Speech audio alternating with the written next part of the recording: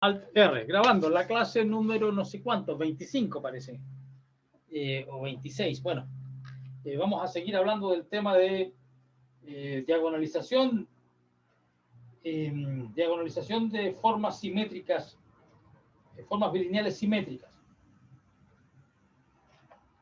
Entonces se me quedó un teorema en el tintero ayer. Es un teorema más o menos largo este. Lo bueno es que también tenemos una versión práctica para este teorema, no simplemente la versión abstracta que aparece aquí en el libro, ¿ya? Entonces, sea B, espacio vectorial de dimensión finita sobre los números reales, sobre R. El teorema 4, el teorema anterior, era un teorema sobre los complejos. ¿Ya? Y ese, bueno, que fuera sobre los complejos era importante porque me permitía extraer raíces cuadradas de cualquier número, incluso los negativos. Entonces, el teorema 4 decía lo siguiente, el teorema 4, que si tengo una forma bilineal simétrica sobre los complejos, yo siempre la puedo representar en una matriz diagonal, y en la diagonal aparecen solamente unos y ceros al final. ¿Ya? Y eso era gracias a que yo podía extraer raíces cuadradas de cualquier número real, incluso los negativos. Ahora estoy considerando el teorema 5, donde el espacio vectorial está definido sobre R. Entonces aquí ya no me está permitido extraer raíces cuadradas de números negativos. O sea, ahí hay un problema. ¿Ya? Sea B espacio vectorial de dimensión finita sobre R y sea F una forma bilineal. Oh, ya. Bueno, para no tener que ir a lavarme las manos a cada rato,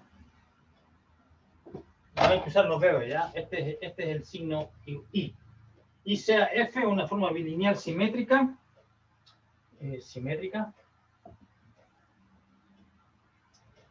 sobre B de rango R. Entonces existe, ¿qué es lo que dice el teorema? Entonces existe una base ordenada, beta 1 hasta beta n, tal que la matriz F en esta base es diagonal. Eso ya lo sabíamos.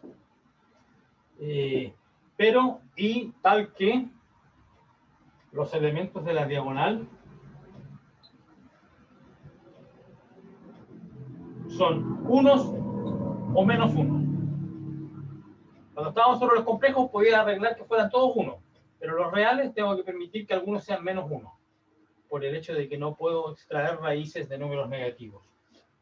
Entonces aquí hay algo importante, dice más aún, y esta es la parte difícil del teorema, más aún, el número de vectores básicos, el número de vectores beta j, tales que, este número es 1, más 1, tales que f de beta j es igual a 1,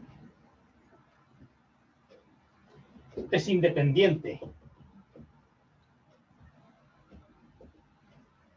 de la base que yo elija, porque puede haber más de una que tenga la misma gracia, pero no importa, puede que haya un montón, una cantidad infinita de bases que me diagonalicen, pero, y por lo tanto diagonalicen de esta manera, más 1, 1, 1, menos 1, menos 1, 1, puro cero, ¿ya?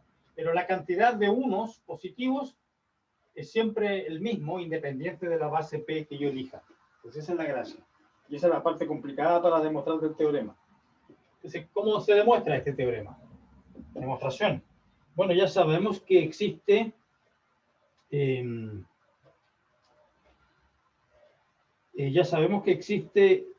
una base que le vamos a llamar alfa 1 hasta alfa n de B, una base de B, tal que fuera de la diagonal sea 0. O sea, que sea una matriz diagonal. F de alfa I, alfa J es 0. para todo dígito de J. Perfecto. Y entre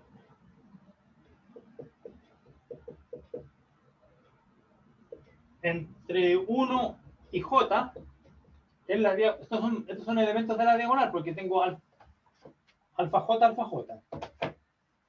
Aquí los índices son iguales, J, J. Así que este es un elemento de la diagonal. Son todos no nulos, pero entre 1 y R, donde R es el rango. Y para J mayor que R, todos los demás son 0. En la diagonal. Afuera de la diagonal ya sé que son 0, pero este está en la diagonal, también son 0. A partir de R más 1 hasta N. ¿Ya? Y aquí entre 1 y R son distintos de 0. Y lo que hicimos en el teorema anterior, cuando estábamos sobre los complejos, fue dividir por 1 partido por la raíz cuadrada del módulo de esto. ¿Ya? Y eso me daba un número complejo o real, ¿ya? Y podía yo asegurarme de que todas los números, los coeficientes de la diagonal fueran iguales a 1, independiente del signo que aparezca acá. Porque este podría ser negativo, pero igual le puedo tomar la raíz cuadrada de los complejos. Pero ahora ya no puedo hacer eso.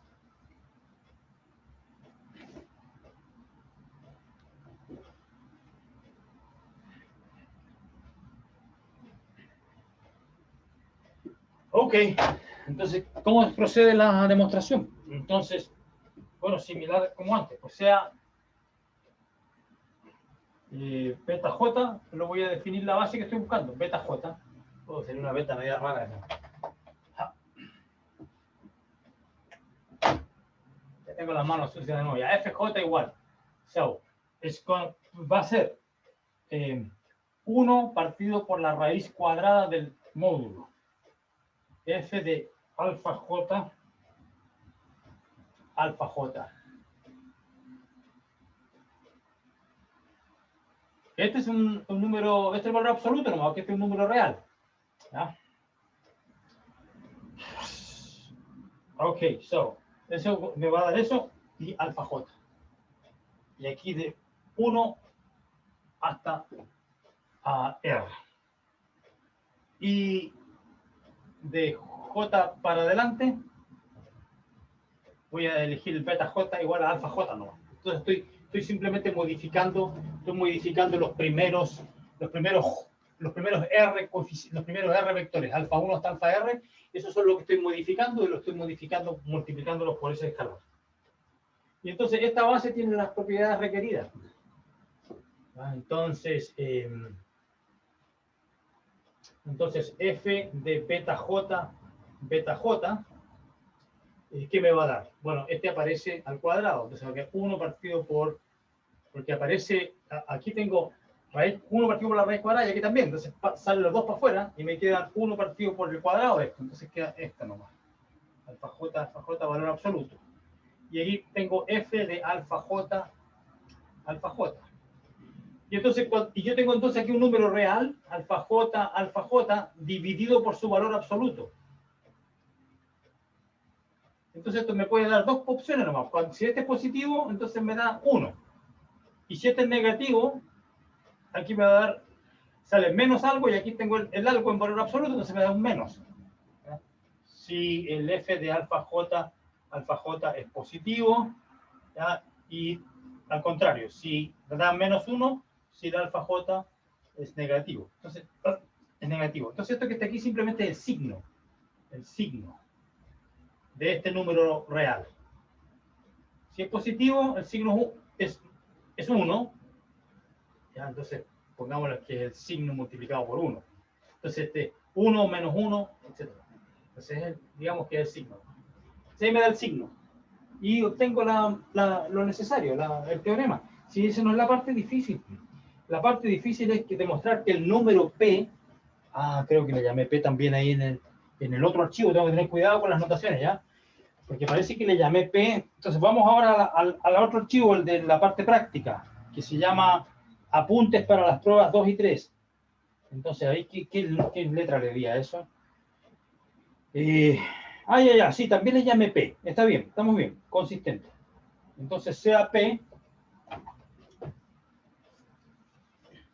entonces sea P, el número de Jotas, sea P, el número de Jotas, tales que 1 menor o igual que J menor o igual que R. No, todos los números J que están en este rango, tales que f de alfa J es positivo.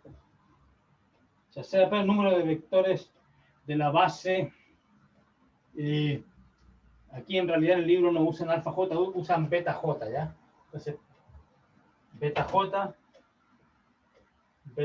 y que sean positivos, f de alfa significa que esto vale 1, cuando el signo es positivo. Entonces, ese es el número P. El número de índices, tales que todos estos valores, los que valen 1, pues de la diagonal. Entonces, eso es lo que tengo. Tengo 1, 1, 1, varios 1, ¿ya? Y aquí estoy eligiendo el número de ellos, P, y aquí aparecen menos 1, una cierta cantidad de veces, y después puro 0. Y afuera, puros ceros. Entonces, el P es el número que hay que demostrar que es independiente de la elección de la base.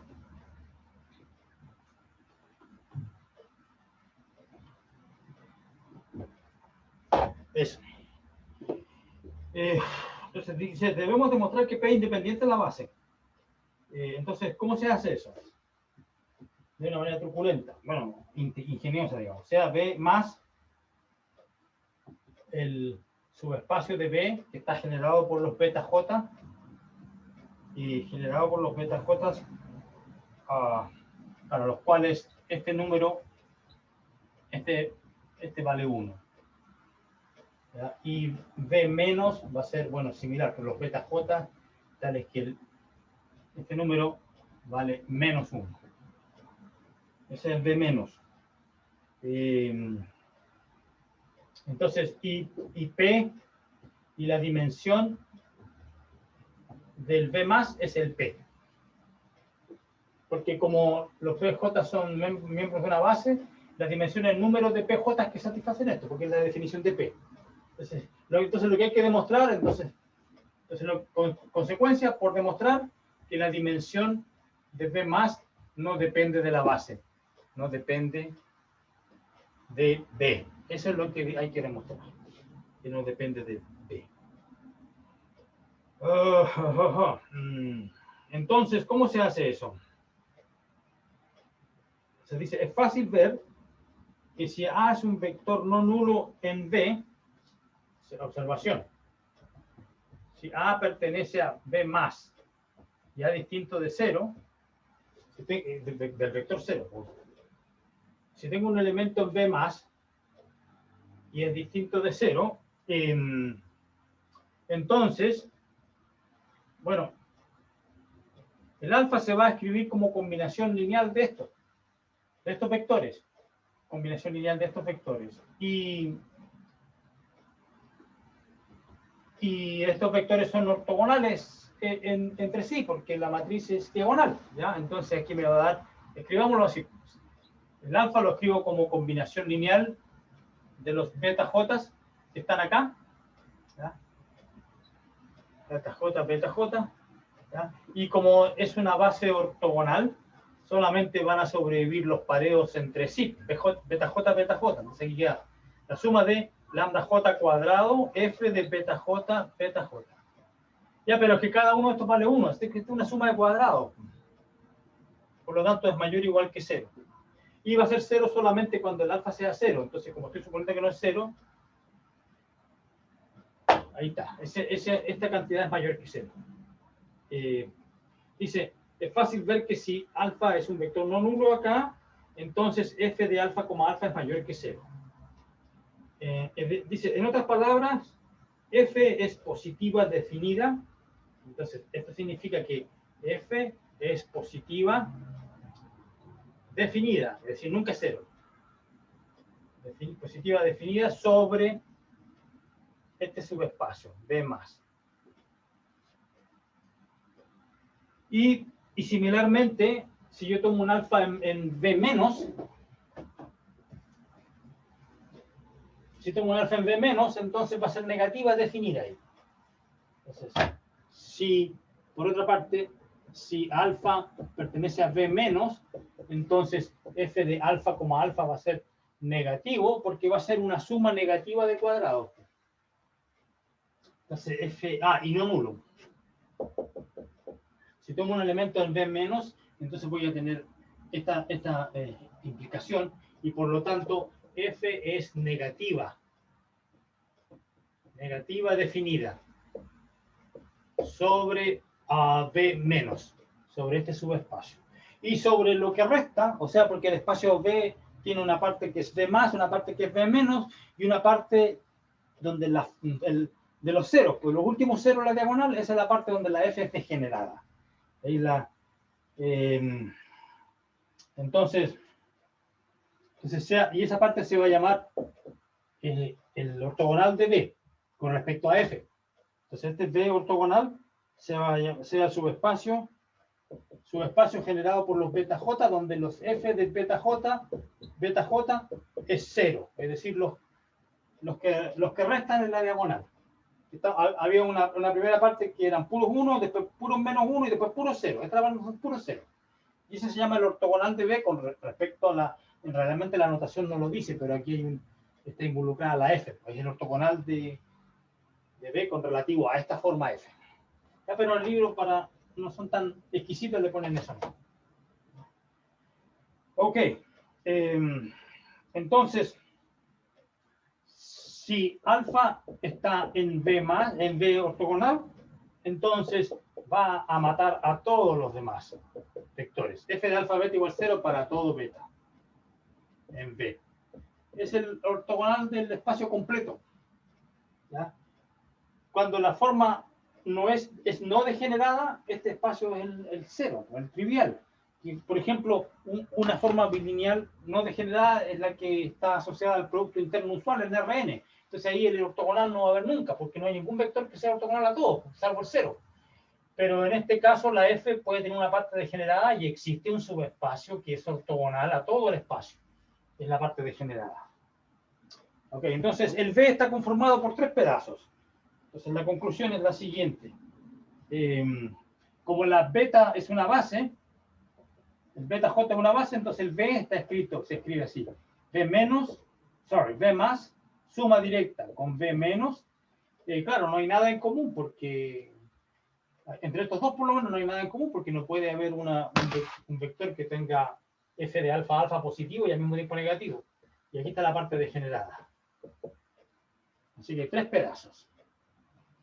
Y en particular, entonces el n va a ser P, y a este le puedo llamar, no sé qué le podría llamar, Q, más, y a este le llamo S, o pongámosle D por degenerado, ¿ya? La parte degenerada, y el Q es la dimensión de S. Entonces, bueno, la suma de estos dos es R, el rango, porque esto es 1, 1, 1, 1, 1, menos 1, menos 1, y es tal el rango. Y entonces este D que está aquí es N menos R, si yo quiero escribirlo así. El D, pongámosle N menos R. Y aquí hay un pedacito que está el P de los positivos y el Q de los negativos. Ok.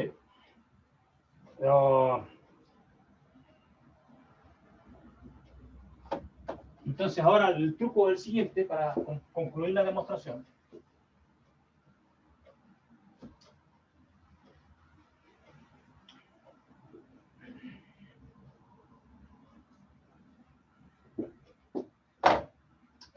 Dice que afirmación o conjetura, como quieran llamarlo, afirmación.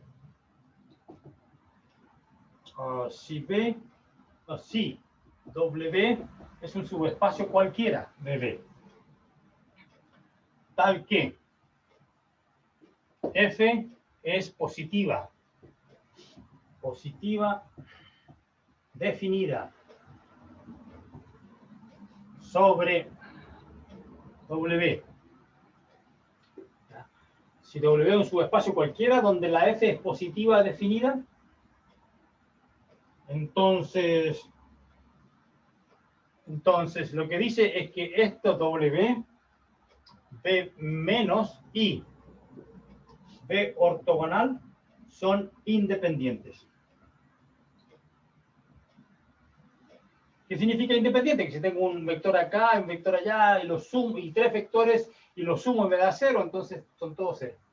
Veamos cómo se demuestra eso. Entonces, para demostrar, suponer que me doy un vector alfa en W, un vector beta en la parte negativa, y un vector gamma en la parte degenerada, y además, y supongo que la suma de estos es 0, el vector 0.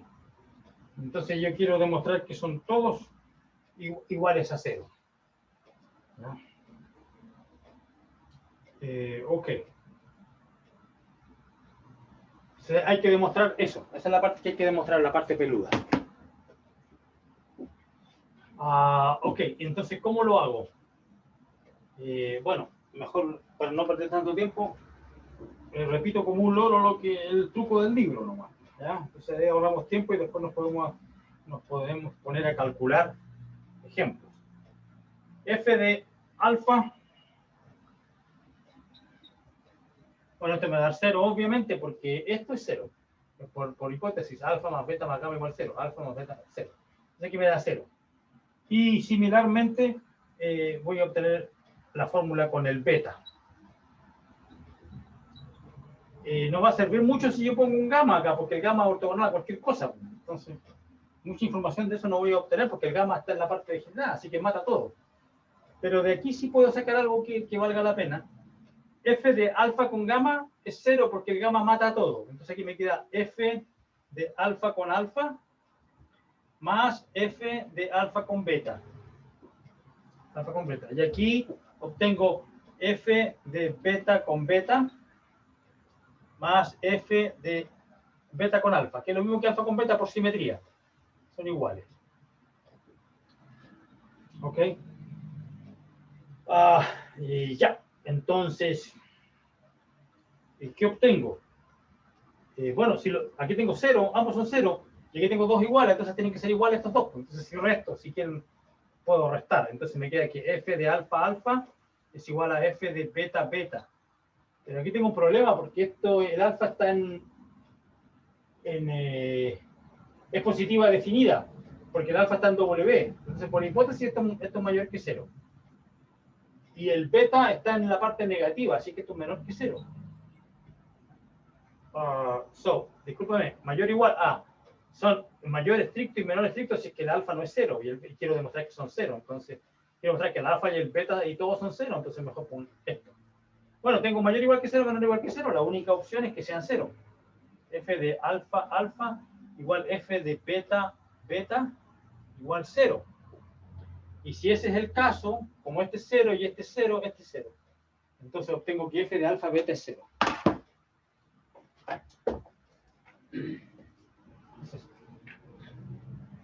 F de alfa beta es 0. F de alfa beta vale 0. Ya, pero todavía no obtengo lo que quiero. Porque quiero demostrar que el alfa y el beta y el gamma son todos 0.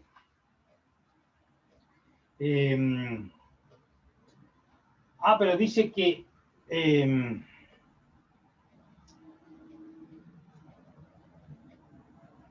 dice beta F es positiva definida sobre W.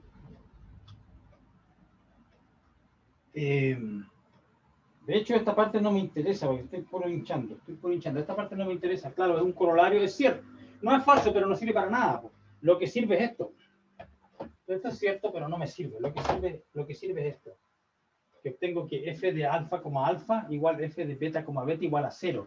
Pero dice aquí que la F es positiva definida sobre W. Entonces tengo alfa en W por hipótesis y F de alfa alfa igual 0. Pero que la F es positiva definida, es decir, definida, no 0. Entonces la única opción, o sea, si el alfa no es 0, F de alfa alfa es estrictamente mayor que 0. Entonces, como es igual a 0, entonces esto implica que el alfa es 0. Y similarmente, el beta está en B menos, ¿ya?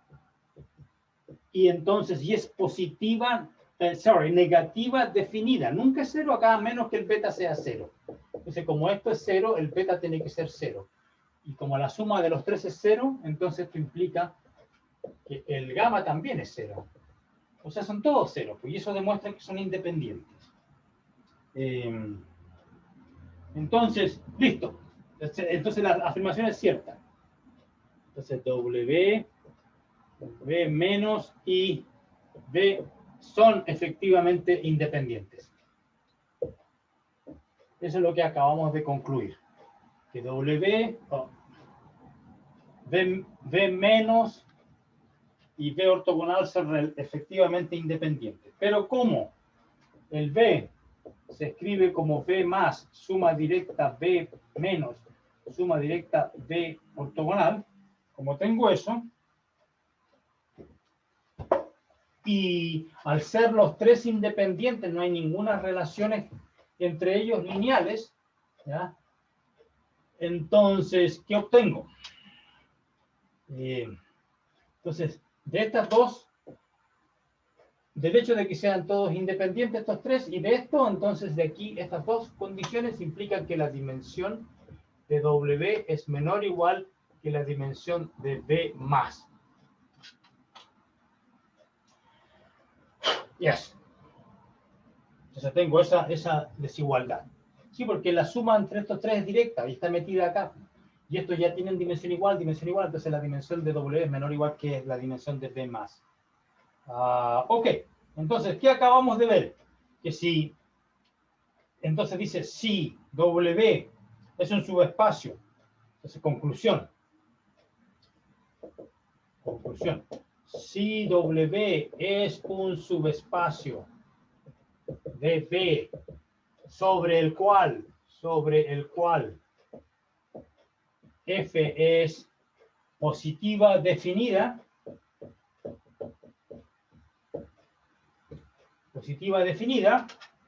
y entonces la dimensión de W no puede exceder la dimensión de B más. Eso fue todo lo que demostramos. Ok, y esto me va a servir para la última parte de la demostración, y esa viene después de un pequeño recreo, ¿ya? Un pequeño recreo, 30 segundos.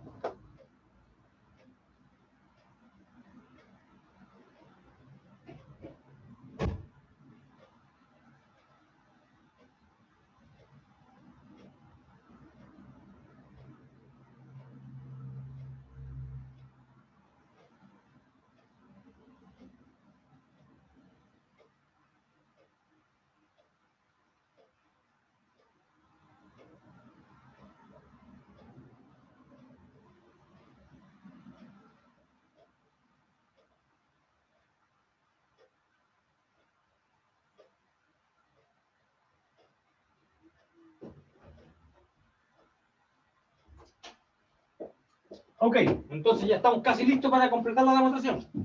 ¿Ya? Es media sofisticada la demostración, como ustedes pueden ver.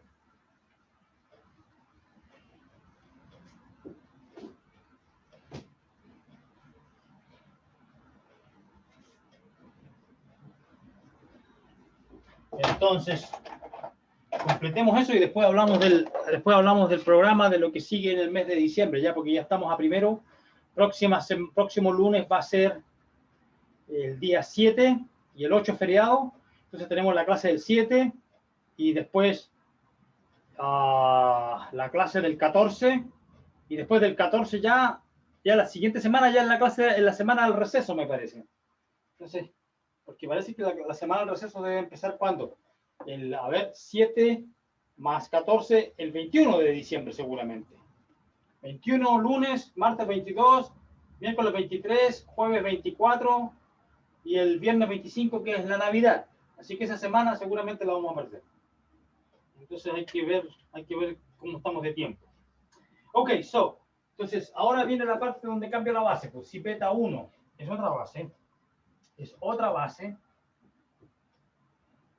que satisface las condiciones del teorema. Si beta 1 es otra base que satisface las condiciones del teorema.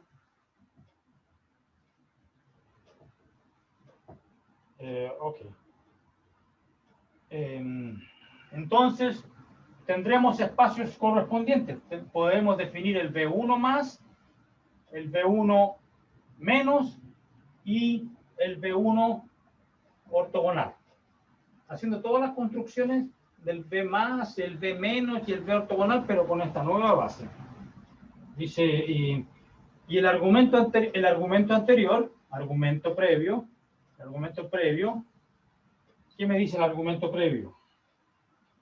El argumento previo implica lo siguiente: como la forma bilineal f, que esa no cambia, porque estamos cambiando la base, pero la forma es la misma, sobre este subespacio va a ser positiva definida. Entonces, este que está aquí lo estoy considerando como un posible W. W puede ser este subespacio para otra base beta 1 elegida, ¿ya? Entonces, el argumento anterior que dice que la dimensión de este espacio B1 más es menor o igual que la dimensión de B más, por lo que está acá. ¿Eh? Bueno, pero es que yo puedo revertir, yo puedo ahora revertir el argumento. Yo puedo suponer que esta base beta 1 es la con la que partí al principio y después la cambié a la base beta. Entonces, por un argumento similar, me va a decir, todo esto que hicimos acá, es decir, que el W lo puedo tomar como el B más, entonces voy a obtener un argumento simétrico. Dimensión de B más es menor o igual que la dimensión de B1 más. Bueno, obviamente que la única opción es que sean iguales. Para toda base beta, para cualquier par de bases, esta dimensión no cambia. Entonces, B, dimensión de B más, igual la dimensión de B1 más, y si yo la cambio esta B1 a una base beta 2, va a ser la dimensión de B2 más, etcétera. O sea, no depende de la base, y eso es lo que había que demostrar, ¿ya? Así que ese es el truco del teorema. Es interesante la demostración. Ok, se dice, hay varios comentarios que deberíamos hacer sobre la base del teorema 5. Y aquí es donde definimos,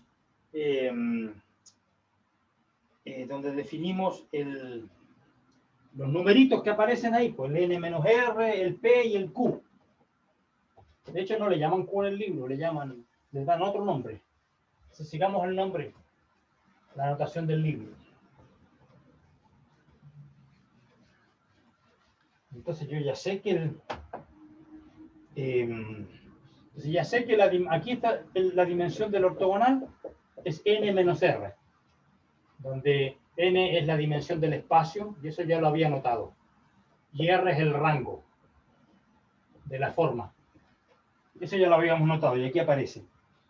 Ok. Los subespacios B más y B menos no son únicos, sin embargo sus dimensiones sí lo son. Eso es lo que dice acá. Sus dimensiones son, entonces la demostración del teorema nos dice que la dimensión, el P, es la dimensión de B más, y el B más, digamos, o este número es la máxima dimensión posible,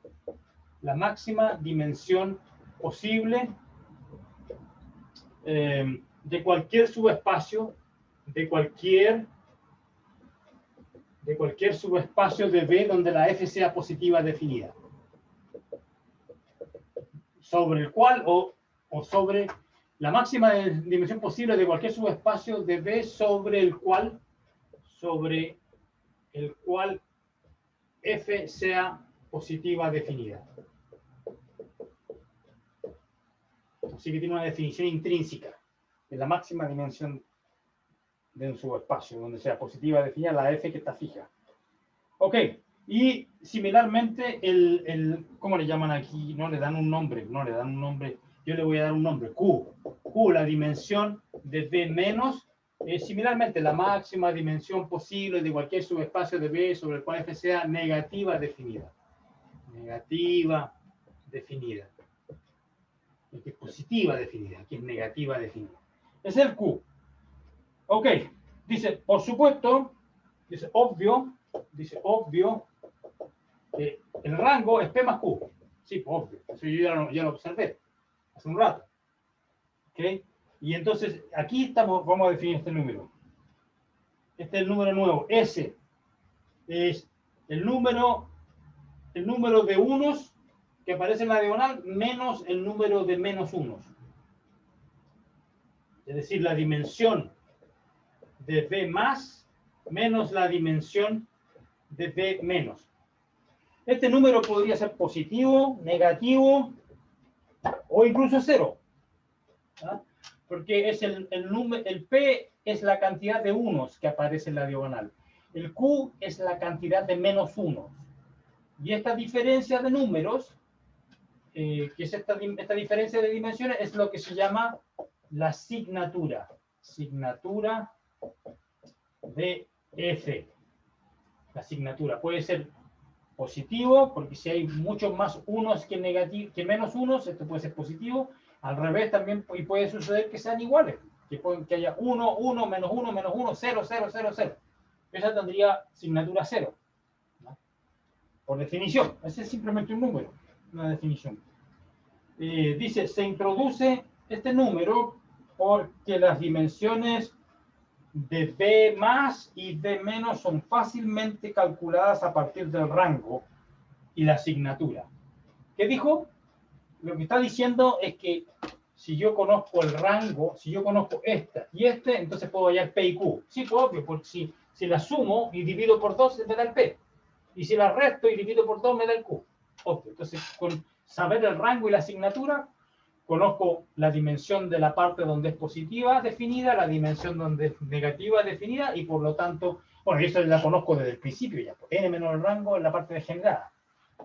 Entonces, para que sea no degenerada la función, el rango tiene que ser máximo, esta dimensión 0, ya lo sabíamos. Ya, pero ahí está la parte teórica. Esa es la parte teórica de estas definiciones del rango. Ok, so, aquí aparecen unos comentarios que no son tan importantes, así que los podemos obviar. Y ahora veamos, volvamos al apunte que yo fabriqué, que yo escribí, que se llama Apunte para prueba 2 y 3. Ok. So, which one? ¿Dónde estaba ayer? Oh, yes. Ayer se me quedó algo en el tintero. La observación 2.3, pero esa la pueden leer ustedes porque tienen todo acceso a este PDF, ¿ya? La observación 2.3, porque ayer diagonalicé, hice un primer ejemplo de diagonalización y después puse la observación y que no la alcancé a cubrir. Dice la matriz P, que es la matriz que me diagonaliza por congruencia. Esa matriz P no está unívocamente determinada. No hay una única. Entonces, ojo, observación. No existe una única P invertible tal que P transpuesta a P sea diagonal. ¿Ya? Esa es la observación que no hice, que no incluí ayer por problema de tiempo, seguramente. Es decir, no existe una manera única de diagonalizar mediante congruencia una matriz simétrica. Bueno, claro, porque se usa una versión del método de Gauss, pues, y depende del usuario, cómo usa el método de Gauss. Por ejemplo, dice que si A es la matriz simétrica del ejemplo anterior, el que hice ayer, podemos seguir operando sobre la matriz 2.2. ¿Cuál es la matriz 2.2? Sobre la última. Cuando llegamos a esta matriz. 1, 0, 0, 0, 0 menos 1, 0, 0, 0, 0, 4, 0, 0, 0, 0, 0, y esto era 1, 0, 0, 0. Aquí llegamos ayer. 1, 0, 0, menos 10, 4, 0, 1, menos 1, menos 1, 1, 0. Y esto es lo que llamábamos ayer la diagonal y la Q. Y la P era la Q transpuesta. Ahí dice, no existe una única P. ¿Y por qué motivo? Porque yo puedo seguir operando acá. Dice, por ejemplo, si es la matriz del ejemplo, para hallar otra forma diagonal, podemos seguir operando sobre la matriz 2.2 para hallar otra forma diagonal, o sea, no está idéntica. Claro, porque yo puedo multiplicar, porque también puedo multiplicar la tercera fila la puedo multiplicar por un medio, por un medio, es que 1 partido por la raíz cuadrada de 4. Y La tercera fila por raíz de 1/2 y la tercera columna, recuerden que van apareadas las operaciones. Entonces, si yo multiplico, si hago esto, 1 partido por raíz de 4, F3, y al mismo tiempo 1 partido por raíz de 4, C3. Entonces, eso ¿qué me va a dar? Bueno, simplemente recuerden que ustedes que se registran,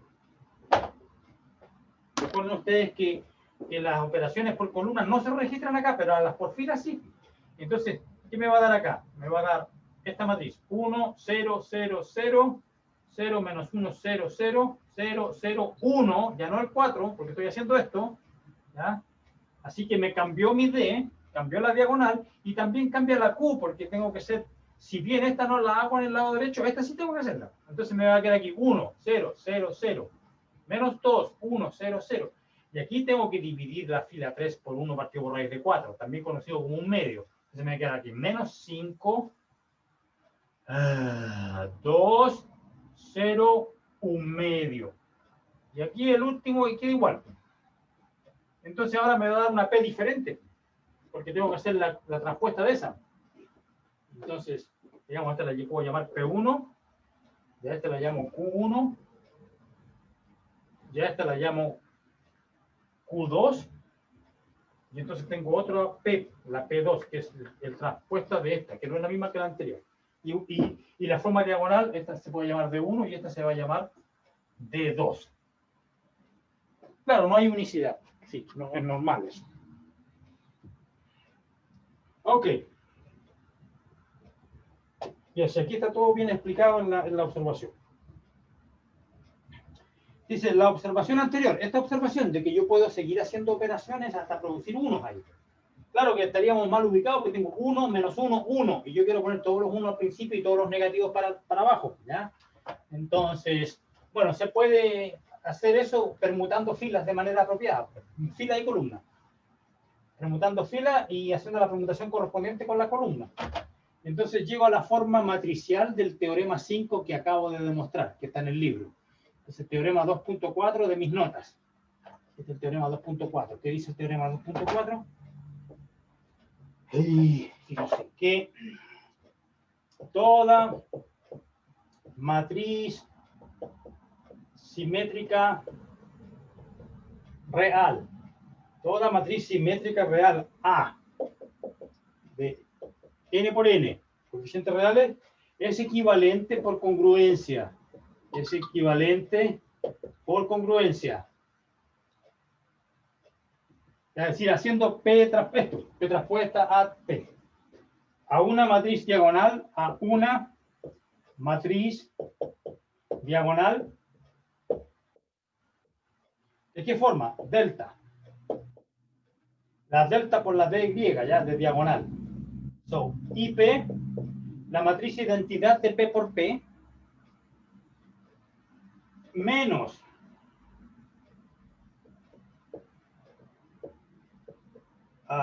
recuerden ustedes que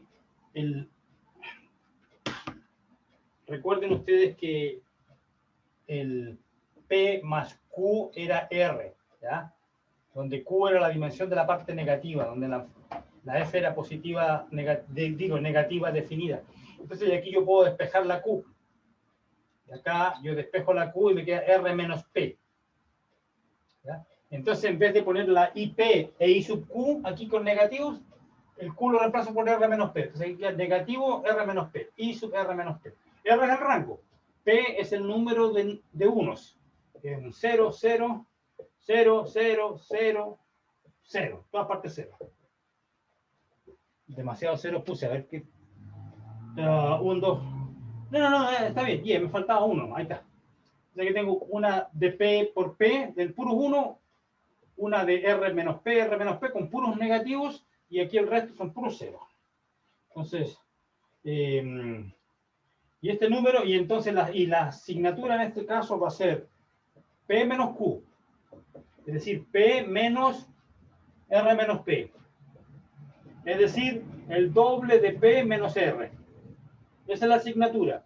El doble de la cantidad de 1 menos el rango. Y esta es la asignatura de A. que es lo mismo que la asignatura del F asociado a A. Asignatura de A. Bien, ese es el teorema que corresponde al teorema del libro. Entonces, ¿cómo hallamos esta matriz? Dice, para hallar la matriz diagonal delta que está ahí, ¿ya? Para hallar la matriz diagonal delta asociada a la matriz simétrica. Aplicamos a A el proceso explicado anteriormente, hasta llegar a D partido por Q. Aquí. Entonces, eso es lo que las notas que aparece, el comentario que aparece aquí en el libro. ¿Cómo? La pregunta es esta. ¿Cómo obtener delta? Esa es la pregunta. Entonces, aplicamos el proceso explicado anteriormente hasta llegar a la forma diagonal y a la Q. Eso es lo que hicimos ayer en un ejemplo. Dice, donde D es diagonal, mediante una sucesión de cambios de filas y los correspondientes cambios de columna. O sea, si yo cambio las filas 1 y 3, tengo que cambiar la columna 1 y 3 al mismo tiempo, ¿ya? Entonces, para que sea todo simétrico, ¿ya? Entonces, podemos llegar, haciendo esos cambios, podemos llegar a una D1, Q sub 1, donde la diagonal D1 es la matriz diagonal con los mismos coeficientes que esta, pero que están ordenados de manera que los positivos preceden a los negativos. Entonces, D1 va a ser nuevamente diagonal, A sub 1, 1, A sub K, K, ¿ya? Pero todos estos son positivos. Positivos. Y después viene K más 1. Ya me manché el dedo. Entonces aquí viene el K más 1, que es negativo, todos los demás son negativos. Aquí no sé cuántos habrá. Wait a minute. Quizás necesito ponerle P a esto. Y de hecho aquí en el libro... entonces aquí le ponen D sub 1, no le ponen estos nombres, pues le puse yo P1. P1 hasta P sub P. Y así que hay P en total. Entonces, para no usar doble índice. Claro, qué bruto. Ya, bueno, ahí está. Positivos, hay P, B1 hasta BP. Recuerden ustedes que las operaciones por fila se hacen sobre, por fila y columna se hacen sobre la izquierda, pero las por columnas no se hacen sobre la derecha. Entonces yo tengo BP, ok, el siguiente es, y los demás son negativos, menos BP más 1, etcétera, menos B sub R. Y claro, porque aquí tiene que haber, la cantidad que hay aquí es R menos P más 1, R menos N más 1. Esa es la cantidad. La diferencia más 1. R, la diferencia de los índices más 1. Y esto es lo mismo que R menos P y esto es Q. La cantidad de negativos. Y después puros ceros. Llego a esa matriz de 1. Valores positivos, negativos y ceros. Y ahora aplicamos sobre D1 las operaciones por fila. Entonces, ya que estamos ahí en D1, ¿cuál es el siguiente paso para llegar a la delta? Porque la delta tiene unos nomás, y menos unos, y ceros. Bueno, es lo que hicimos en la demostración del teorema, lo que está en el libro de Hoffman y Kunze. Aplicar, entonces ahora sobre D, le aplicamos las siguientes operaciones. 1 partido por la raíz de PI. Recuerden que los B son todos positivos y también son positivos porque lo que hace que sean negativos ya está registrado y está con un signo menos específico puesto ahí, explícito. Menos, son todos positivos. Entonces, 1 partido por la raíz de PI, FI. Operaciones por fila, ¿no es cierto? Y seguido por las operaciones por columnas, 1 partido por la raíz de PI, C sub I, pero aplicada solamente sobre el lado izquierdo. Ok. Y sobre Q sub 1 aplicamos solamente estas operaciones, sobre Q sub 1.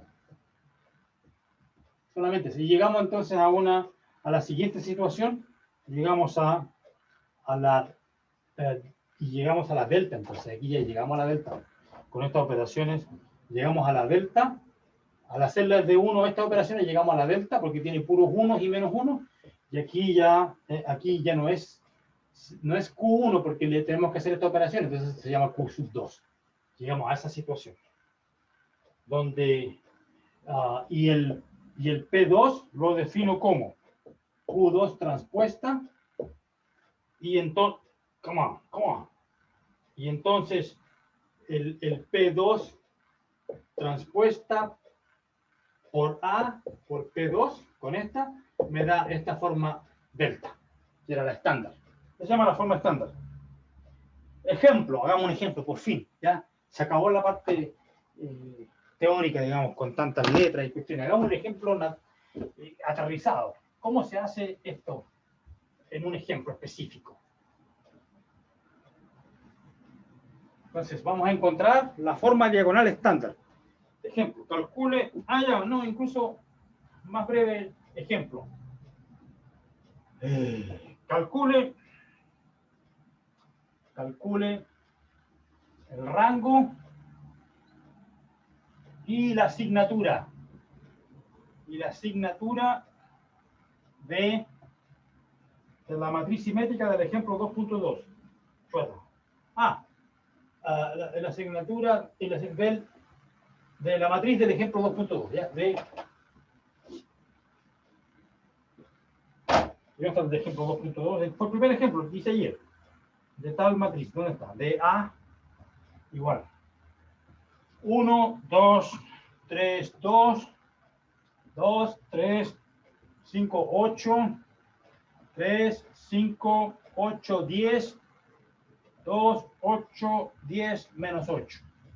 Calcule el rango y la asignatura de esta matriz simétrica. ¿Ya? Ese es un ejercicio tipo de prueba. Solución. Bueno, ya hicimos gran parte del trabajo porque esta ya la diagonalizamos. Entonces, ¿para qué voy a repetir lo que hice ayer? Entonces, dice, simplemente aplicamos el método explicado recién a la forma ampliada a la que llegamos cuando lo aplicamos, porque era 1, 0, 0, 0 menos 1, 0, 0, 0, 0, 4, 0, 0, 0, 0, 0, ya que tenía 1, 0, 0, 0, menos 2, 1, 0, 0, menos 10, 4, 0, 1, menos 1, menos 1, 1, 0. Ahí vamos a partir, ¿ya? Porque ya aprovechando el trabajo que hicimos ayer, ¿ya? Ahí vamos a partir. Ok, so, lentes. Lubricante.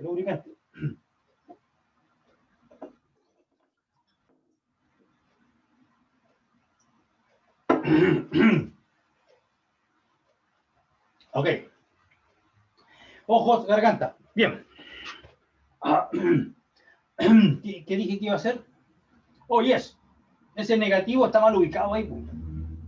Entonces, primero, antes de transformar este 4 en 1, lo voy a poner donde corresponde. Entonces, voy a cambiar de lugar estas filas.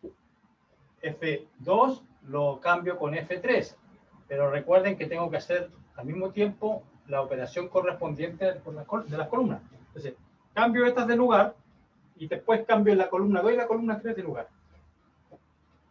Entonces, cuando hago eso, pongo el 4 donde está el menos 1. Entonces me da 1, 0, 0, 0, 0, 4, 0, 0, 0, 0, menos 1, 0, 0, 0, 0, 0. Ya, pero es que hay que hacer las operaciones, esta operación nomás, las por filas en el lado derecho, no por columna, solamente la operación de arriba. Entonces esta la pongo en paréntesis porque se aplica solamente al lado izquierdo.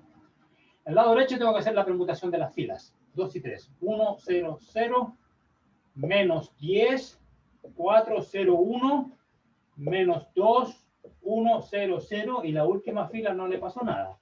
Quedó ahí nomás, sin cambio. Bien. Excelente. ¿Y ahora qué tengo que hacer? Tengo que transformar este en un 1. ¿Ya? Entonces, ¿qué tengo que hacer? 1 partido por la raíz de 4, F2.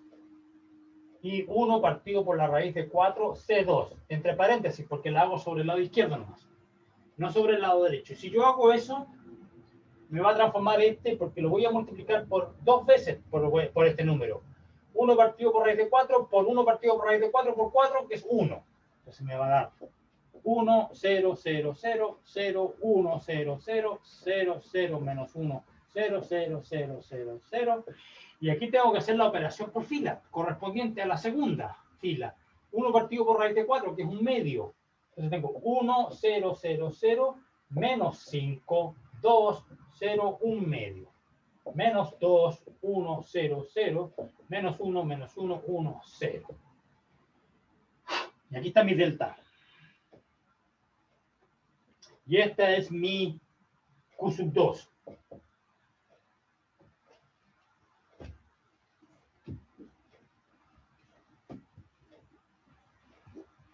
¿Cuál es la P sub 2? Entonces la matriz de cambio de base, la matriz que me transforma la A en su forma delta. La P2 es la transpuesta de Q2. Entonces me va a dar 1, 0, 0, 0, menos 5, 2, 0, 1 medio, menos 2, 1, 0, 0, menos 1, menos 1, 1, 0. Entonces la base que necesito ya no es la canónica, es esta base cuyos vectores son 1, 0, 0, 0, menos 5, 2, 0, 1 medio, menos 2, 1, 0, 0, menos 1, menos 1, 1, 0. Ahí están los 4 vectores de la nueva base. Esta matriz tiene la gracia que cuando yo la A original la multiplico por P2 transpuesta a la izquierda y P2 a la derecha, entonces me da la forma estándar delta, que es la siguiente, 1, 0, 0, la forma diagonal.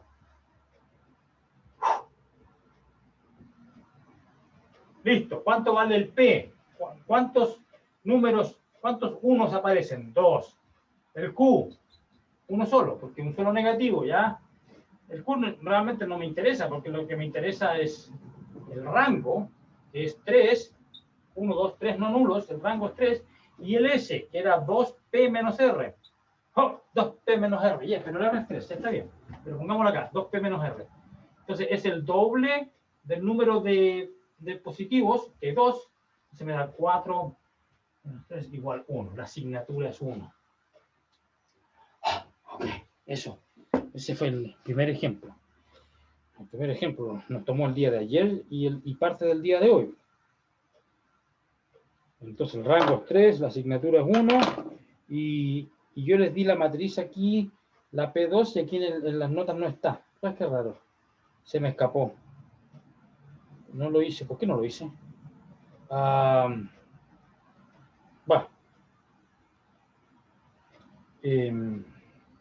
Aquí hay un comentario sobre el teorema 4. Este es el teorema 5 de Hoffman y Kunze, ya el que acabamos de demostrar hoy. El teorema 4 que mencionamos ayer sobre los números complejos, donde yo puedo sacar raíces de negativos, ¿verdad? Dice que hay una observación 2.6 en la página 13 de mis notas. Dice, observación 2.6. Dado que sobre los números complejos podemos extraer raíces cuadradas de números reales negativos, la siguiente versión matricial del teorema 4 de la página 364 de Hoffman y Kunze se cumple. Entonces, ya hice la versión matricial del teorema 5 y la del teorema 4 es la siguiente. Ya, falta una mano. Aquí viene la versión matricial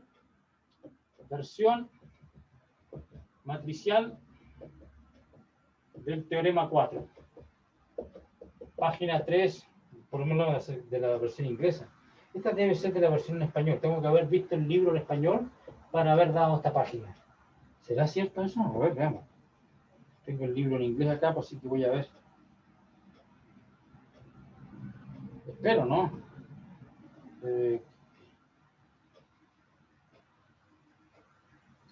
La página 364 de la versión en inglés contiene el teorema 2, así que esta debe ser la página de la versión en español. Bien. Ok. So, good. Entonces, tengo eso. Versión matricial del teorema 4, página 64 de Hoffman y Kunze.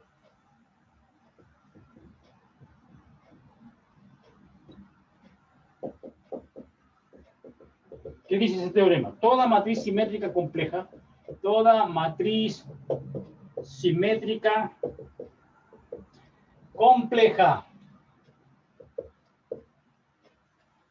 de rango R, es congruente congruente sobre C a una matriz del tipo, a una matriz del tipo delta igual IR, la identidad de R por R, 0, 0, 0. R es el rango. Ahí está el rango R. Entonces aquí significa que a los números, a los negativos también los puedo transformar en 1. ¿Ya? Entonces dice, por ejemplo, la matriz del ejemplo 2, vista como una matriz compleja, es congruente sobre C a una matriz de este estilo. ¿Ya?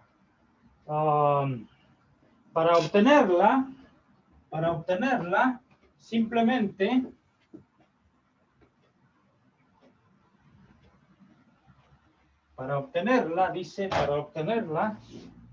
simplemente aplicamos las operaciones y veces, bueno, no es así, está malo aquí en las notas, es 1 partido por la raíz cuadrada de este número, F3, y también la columna.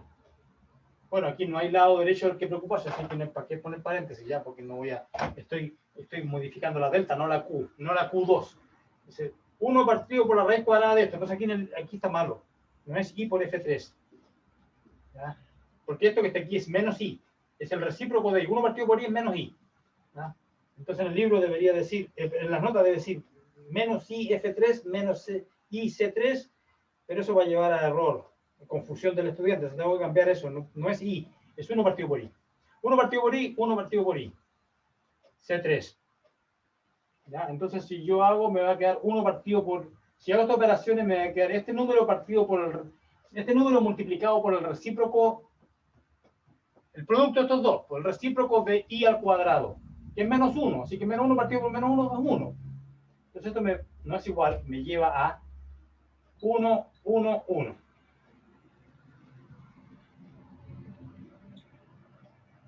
¿Ya? Entonces ahí está mi matriz de 3 por 3.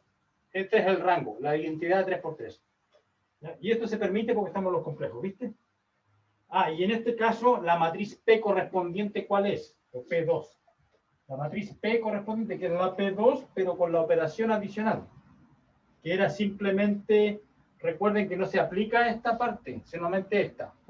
Entonces, es la matriz que ya tenía, que acabo de borrar, la matriz, y la única diferencia, aquí no hay ningún cambio, el cambio está en la columna 3, porque recuerden que la P hay que transponer. La columna 3 está multiplicada por el recíproco de I. Entonces va a quedar, el recíproco de I es menos I. Entonces por eso aquí queda menos 2I, I positivo, 0, 0, y el resto no hay cambio. Pero obviamente por el solo hecho del cambio que ocurrió acá, esta ya no es una matriz real, pero una matriz compleja. Menos 2I, I. Esa es la que hace la gracia. Bien, vamos a hacer otro ejemplo, ¿ya? Pero trámite, un pequeño trámite.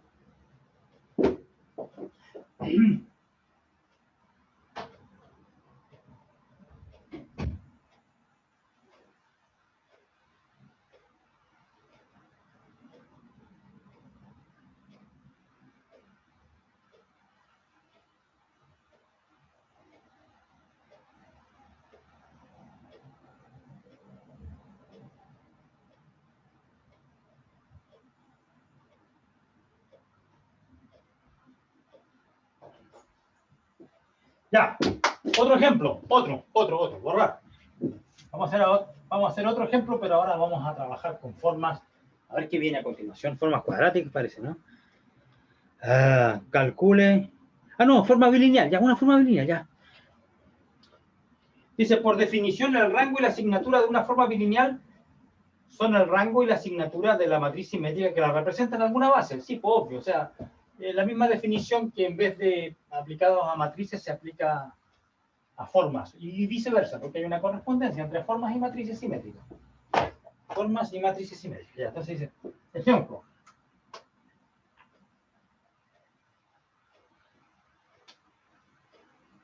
Ok, ejemplo. Ejemplo 2.7. Calcule el rango. Calcule el rango y la asignatura. Y la asignatura de la forma bilineal simétrica. Siguiente. F. Chis, este lápiz ya no me gusta, se le está muriendo la tinta ya. Mejor el rojo, el rojo. El rojo tiene, a ver, tiene. No le queda mucho. Nada. El verde. El verde está llenito ya. Vamos a... El verde de la esperanza ya. F de X, Y. Igual. X1, Y1, más 2, X1, Y2, menos, qué terrible, aquí no me va a alcanzar la pizarra, X1, Y3, más 2X2, Y1, más, bueno, ahora uno sabe por qué uno usa matrices y no estas expresiones. X1, 2, X1, menos 3, 2, 5, X2, Y2, menos 4, X2, Y3, menos 3, X3, X1, Y1, Y1, y el 2, me quedan 2, menos 4, X3, Y2, más 8, X3, Y3. Dice, solución. Primero, hallar la matriz que la representa. Dice, el coeficiente, dice, ¿cómo hallar A? Hallar la matriz A. ¿Cómo se hace? El coeficiente, entonces, el coeficiente A y J de la matriz A, dice, el coeficiente en la posición IJ de la matriz A es el coeficiente de XI, YJ, coeficiente de XI, YJ en F. En esta fórmula. ¿Ah? Entonces, no es tan terrible, no es tan difícil. Allá en la matriz.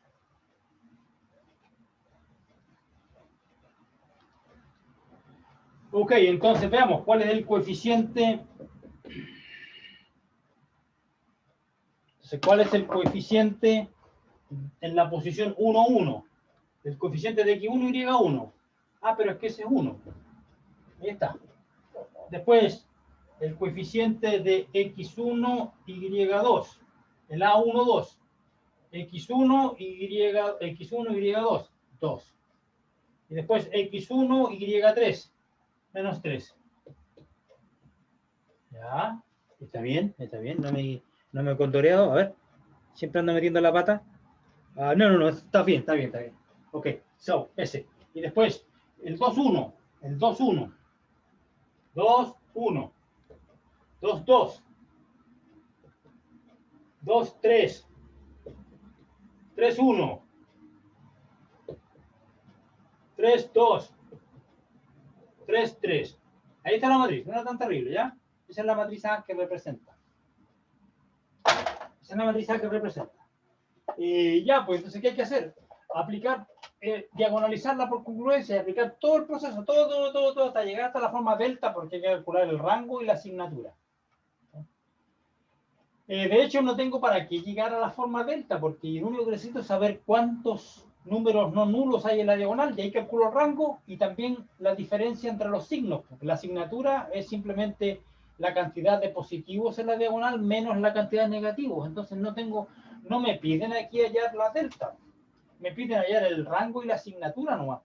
Si en una prueba me preguntan esto, yo encuentro lo que me piden nomás. Pero si en la prueba me dicen calcula el rango, la asignatura, la forma estándar delta y la matriz de cambio de base P, entonces ahí tengo que hacer todo, Python, ¿no? Pero aquí no. Entonces, ok, aplicar. 1, 2, menos 3, 1, 0, 0, 0, 1, 0, 0, 0, 1. ¿Ya? 2, 5, menos 4, menos 3, menos 4, 8. Así partimos. ¿Ya?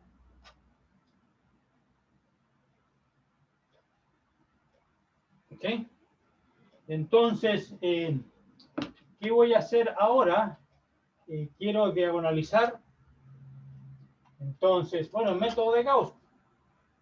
Fila 2, menos 2, fila 1. Y sobre el lado izquierdo, columna 2, menos 2, columna 1. Y fila 3, más 3, fila 1, para matar este. Y sobre el lado izquierdo, columna 3, más 3, columna 1.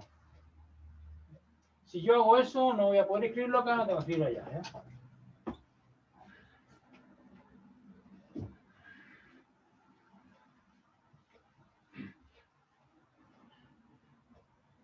Ok, so, si yo hago eso, ¿qué obtengo? Con mucho cuidado hay que hacerlo, ¿ya? Entonces voy a obtener 1, 0, 0, 0, 0, ¿ya? Pero hay que tener cuidado. Dice F2 menos 2F1, entonces aquí tengo 5 menos 2 por 2, 4, 1. Menos 4 menos 2 por este, más 6, 2 positivo. Fila 3, más 3, fila 1. Este muere, esa era la idea. Menos 4 más 2 por 3 por 2, 6, le da un 2. Bueno, obvio tiene que ser porque esto es simétrico, así que no tenía para qué hacer ese cálculo, porque ya tengo el 2, lo puedo repetir ahí. Pues ya, pero este no lo conozco, ahí sané. So, fila 3 más 3 veces esta me da 8 menos 9 menos 1. Y obviamente que ya apliqué las operaciones por columna, por eso que hay 0 y 0 ahí. ¿Ya? Y sobre la derecha tengo que aplicar las operaciones por filas. Dice fila 2 menos 2 fila 1. Entonces aquí tengo un menos 2, 1, 0. Dice fila 3 más 3 fila 1, 3, 0, 1. Bien. Seguir. Y ahora tengo que repetir el algoritmo con esta submatriz. Entonces, obviamente, me voy a referir a esta parte nomás, pues ya. Entonces le voy a llamar, entonces ahora esta es mi fila 1, ¿cachai? Entonces, esta es mi fila 2, porque estoy en la submatriz. Entonces tengo que hacer esta operación. Fila 2, menos 2, fila 1. Y C2 menos 2C1, la correspondiente operación por columna. Si yo hago eso, a esta fila que la estoy llamando en la segunda fila, le resto 2 veces esa, me va a dar 1, 0, 0, 0, 0, 1. Y al aplicar la operación por columna me mata ese. Así que tengo, ya, y este menos 2. Entonces, ahora debo tener cuidado. Menos 1, menos 2 por este. Menos 4, menos 5. Y hacer la operación por fila aquí. En esta matriz, donde esta es mi fila 2. Entonces debo hacer 3 menos 2 por este, que es un negativo ya. Entonces me da 3 más 4, un 7. 0 menos 2 veces este, menos 2. Y aquí el 1 queda igual porque hay un 0.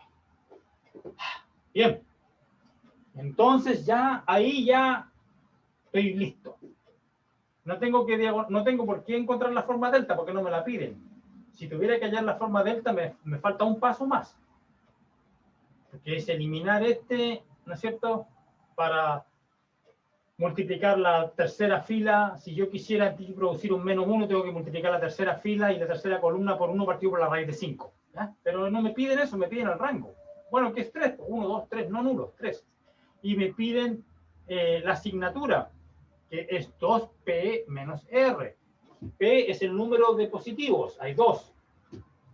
Entonces esto es 4 menos 3, 1. Veamos si es que es lo mismo que está escrito acá.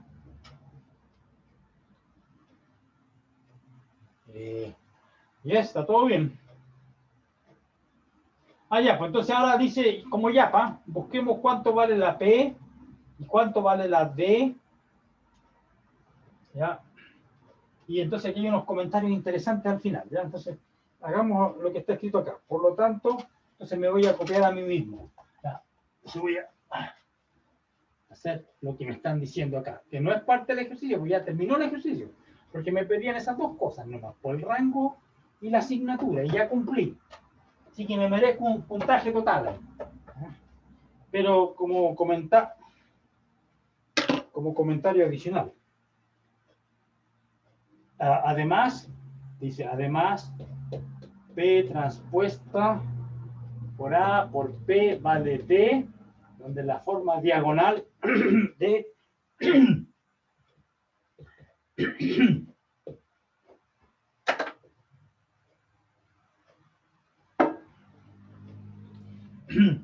la matriz diagonal es 1, 1 menos 5. No la escribo completa para no escribir todos los ceros que hay acá.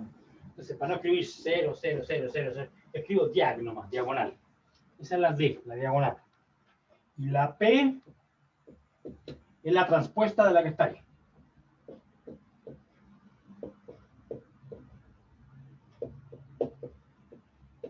Esa es la P.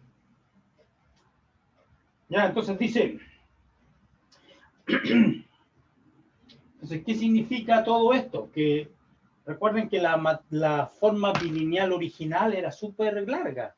La fórmula, cuando empecé el ejemplo, había una cachada de términos. ¿Cuántos habían? A ver. 1, 2, 3, 9, obviamente. 1, 2, 3, 4, 5, 6, 7, 8, 9. Pero un montón, pues X1, Y1, X1, Y2, porque no está diagonalizada. Que hay 9 coeficientes no nulos.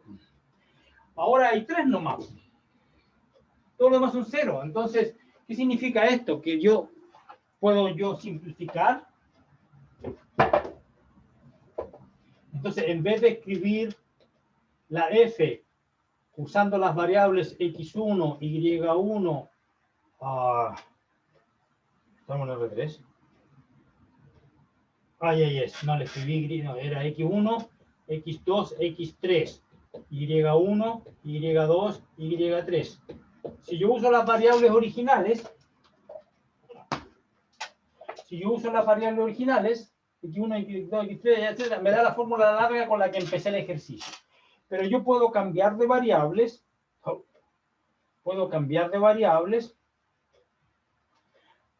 Entonces, estas variables las voy a cambiar, las voy a escribir así. La P con las siguientes variables nuevas, U1, U2, U3. Y P es esta matriz. Entonces, tengo que hacer esto. U1, U2, U3, igual X1, X1, X2, X3. Entonces, lo que estoy haciendo es hallando las nuevas variables, las que con la P me manda estas nuevas variables las antiguas, ¿ya? Entonces, si yo hago eso, me va a dar aquí. Eso me da U sub 1 menos 2 U sub 2 más 7 U sub 3, U sub 2 menos 2 U sub 3 y U sub 3. Y hago algo similar con la Y. ¿Ya? Entonces, en resumidas cuentas, ¿qué estoy haciendo? Estoy escribiendo lo siguiente. Estoy definiendo, ¿qué es lo que estamos definiendo? Las nuevas variables. A ver si se queda quieto, ya, quédate quieto. Entonces, estamos definiendo las nuevas variables. U sub 1, U sub 2, U sub 3. Va a ser P inverso. Sí, porque P por U me dan las antiguas. Entonces, para obtener las nuevas, tengo que hacer P inverso por las antiguas. Y similarmente,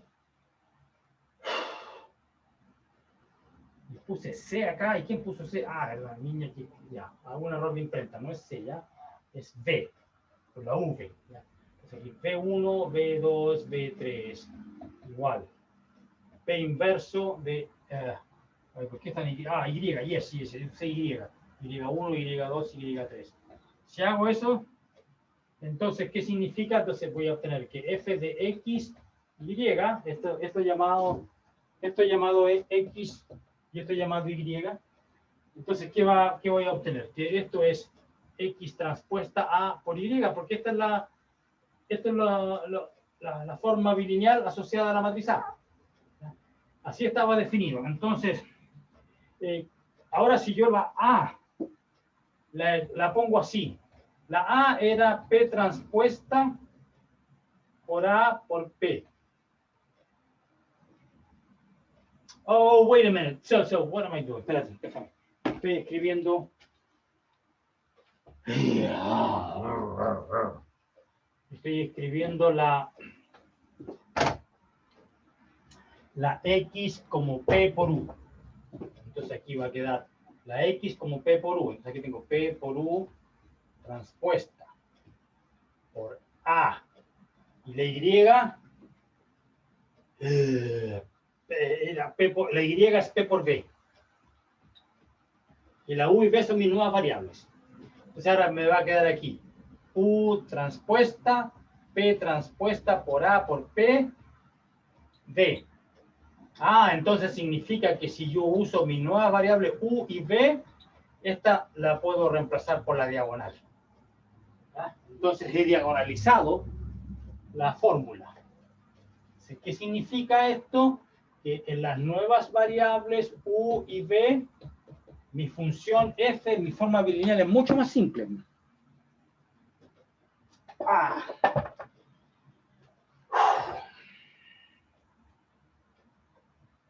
Es la diagonal, ¿cuáles son? 1, 1 menos 5. No era esta, la D, la borré, ¿ya? Pero era 1, 1, a ver, era diagonal 1, 1 menos 5. Entonces ahí tengo 1. Tenía en la posición 1.1 tenía un 1. En la posición 2.2 también tenía un 1. ¿Ya? Y en la posición 3.3 tenía un menos 5. Y nada más. Ahí la diagonalicé. Entonces esa fórmula horrible con la que partimos se transforma en una forma mucho más simple, donde aparecen las diagonales. No aparece U sub 1, B sub 2. Porque ese es 0, porque en la matriz diagonal aparece U1, B1, U2, B2, U3, B3. Y los coeficientes son los que aparecen en la diagonal. 1, 1, menos 5. Y ahí logré diagonalizarla. ¿Ok? ¡Qué maravilla! Entonces, la próxima semana tenemos un juguete nuevo y la próxima semana vamos a aplicar todo esto. Hay otro ejemplo aquí más cototudos y después vemos aplicaciones a los productos internos y encontramos una manera alternativa de ortogonalizar sin usar el proceso de Gram-Schmidt. Y después de eso, cuando nos aburramos de eso, pasamos a hablar de formas cuadráticas y una aplicación de esto. Bien, 5 minutos antes de terminar. Mira, entonces me queda. ¿Qué día es hoy? ¿Qué día es hoy? Hoy es primero. La próxima semana es el lunes 7. Lunes 7 tenemos una cátedra y una clase de ejercicio, pero esas las voy a hacer. La clase de ejercicio, la próxima semana no creo que tengamos muchos ejercicios que hacer porque estamos recién empezando a prepararnos para la prueba 3. Entonces el lunes 7 tengo dos clases, ¿ya? Y entonces vamos a hacer lo que acabo de hablar. Entonces vamos a ver aplicaciones, ¿ya? Y vamos a empezar con formas cuadráticas. Probablemente no vamos a terminar, formas cuadráticas, ¿ya? Ok. So, el 8 no hay clases porque es feriado. Entonces el siguiente lunes viene el lunes 14, ¿ya? Y ahí seguramente vamos a terminar con formas cuadráticas. Y aquí tengo una sola clase porque la segunda de ejercicio, y ahí sí vamos a hacer ejercicio. Formas cuadráticas, ¿ya? El final, ¿ya? Y aquí empezamos con formas antisimétricas. ¿Ya? El 14. El 14 y el 15, porque tengo dos clases, lunes y martes. Lunes 14 y martes 15. ¿Ok? Y después ya a la semana siguiente ya es la semana del receso, porque 15 más 7 es 22. Y el 21, ¿alguien sabe cuándo empieza el receso? Era el 21, ¿no? ¿De 21 para adelante? Parece que... Lo puedo ver el tiro. Es del 21. Sí, porque es la semana de la Navidad.